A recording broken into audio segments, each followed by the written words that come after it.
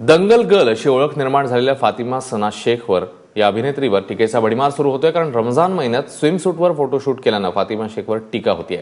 फातिमाने photoshoot करून ते photo इंस्टाग्रामवर टाकले। त्यानंतर आता रमजान महिन्याचा दाखला देत तिला टीकेचं लक्ष करण्यात आलंय आणि तिच्यावर अतिशय खालच्या शब्दात कमेंट्स होत आहेत।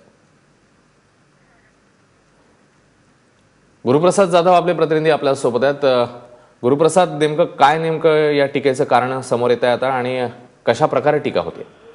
अश्विन, रमजानचा महिना सुरू आहे आणि या महिन्यामध्ये अशा प्रकारचे बिकनीतले फोटो फातिमाने टाकलेत कसे असा प्रश्न स्वयंघोषित धर्मरक्षक तिला सोशल मीडियावरनं विचारतायत आणि याच्यावरच वाद निर्माण झालेला आहे।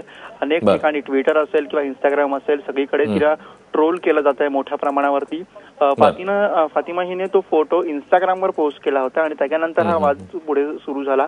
ठग्स ऑफ हिंदुस्तान या सिनेमासाठी तिचं सध्या शूटिंग सुरू आहे आणि या शूटिंग दरम्यानचे हे खरं तर फोटो आहेत आणि त्याच्यानंतर हे ट्रोलिंग सुरू झालं। मात्र अद्यापही फातिमाने या कोणत्याही प्रकारच्या टीकेला उत्तर दिलेलं नाही। अश्विन, धन्यवाद गुरुप्रसाद या सगळ्या माहितीबद्दल।